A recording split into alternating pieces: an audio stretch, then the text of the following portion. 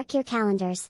International Eucharistic Congress set for September 2024. The Vatican announced that the next International Eucharistic Congress, to be held in Quito, Ecuador, will take place from September 8 to 15, 2024, with a theme focused on the healing power of Christian fraternity. This great ecclesial meeting will show the fruitfulness of the Eucharist for evangelization and the renewal of faith in the Latin American continent, the Holy See Press Office said in the Wednesday announcement. The International Eucharistic Congress aims to give witness to the real presence of Jesus Christ in the Eucharist and to promote a better understanding of the liturgy and the Eucharist in the life of the Church.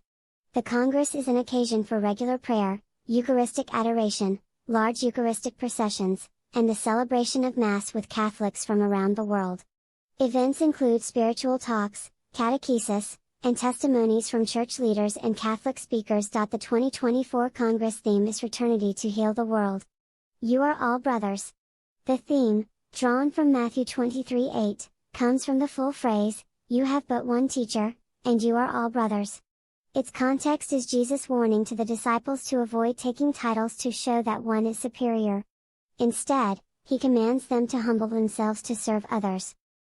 In March 2021, the Vatican announced that Pope Francis had designated the Archdiocese of Quito as the event's host.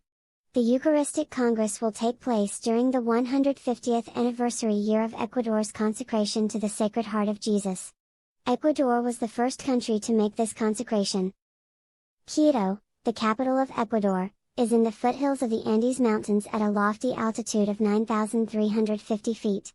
It is the most populous city in Ecuador with more than 3 million residents in its metro area. According to 2020 statistics, there are more than 2.7 million Catholics in the Quito Archdiocese, making up 85% of the population.